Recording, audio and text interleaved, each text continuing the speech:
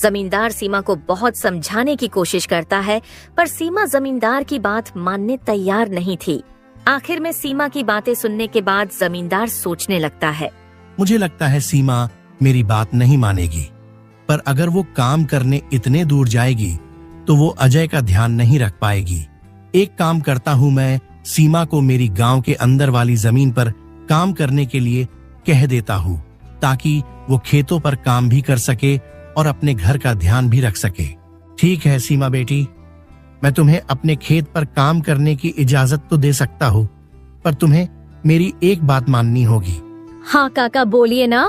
बेटी, तुम्हें मेरे गांव के बाहर वाले खेत पर काम करने की कोई जरूरत नहीं है। मेरे पास तुम्हारे घर के नजदीक भी एक खेत है, तुम वहां काम कर सकती हो, ताकि तुम अपने घर का और अजय का दोनों को ख्याल रख पाओगी। काका, ये तो और भी अच्छा रहेगा, इससे तो मेरी बहुत मदद हो जाएगी। बेटी, पर एक छोटी सी समस्या है, वो खेत बाहर वाले खेत से थोड़ा छोटा है। हाँ तो कोई बात नहीं है काका, वो खेत मेरे घर से नजदीक है, वही बहुत बड़ी बात है।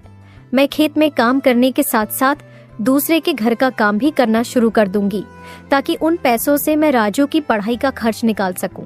बेटी, पर तुम्हें इतना काम करने की क्या जरूरत है? काका, मुझे काम करना ही होगा। अजय का सपना था कि राजू पढ़ लिख कर बड़ा आदमी बने। अगर मैं मेहनत नहीं करूंगी तो उसका सपना अधूरा रह जाएगा। राजू की पढ़ाई के लिए और घर चलाने के लिए मुझे हर हाल में ये जिम्मेदारी उठानी पड़ेगी।